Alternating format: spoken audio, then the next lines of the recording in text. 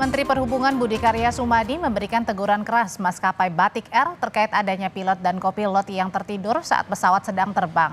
Teguran diberikan setelah Kementerian Perhubungan mendapat laporan dari Komite Nasional Keselamatan Transportasi (KNKT) yang mengungkap insiden pilot dan kopilot Batik Air ID 6723 tertidur selama 28 menit saat menerbangkan pesawat Airbus A320 rute Kendari Jakarta 25 Januari 2024. Menhub tegaskan Kementerian Perhubungan akan menginvestigasi masalah ini.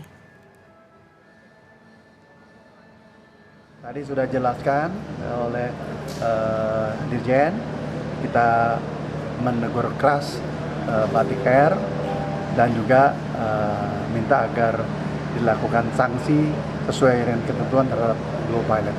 Sejauh ini apa penyebabnya? Sedikit Pak buat. Itu sudah grounded Pak.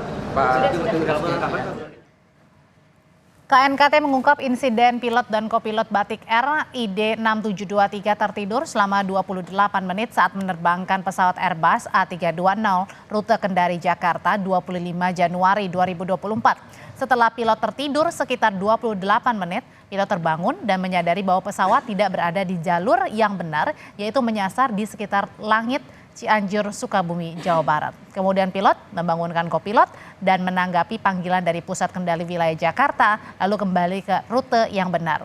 Pesawat Batik Air ID 6723 kemudian berhasil mendarat di Bandara Soekarno-Hatta, Tangerang, Banten.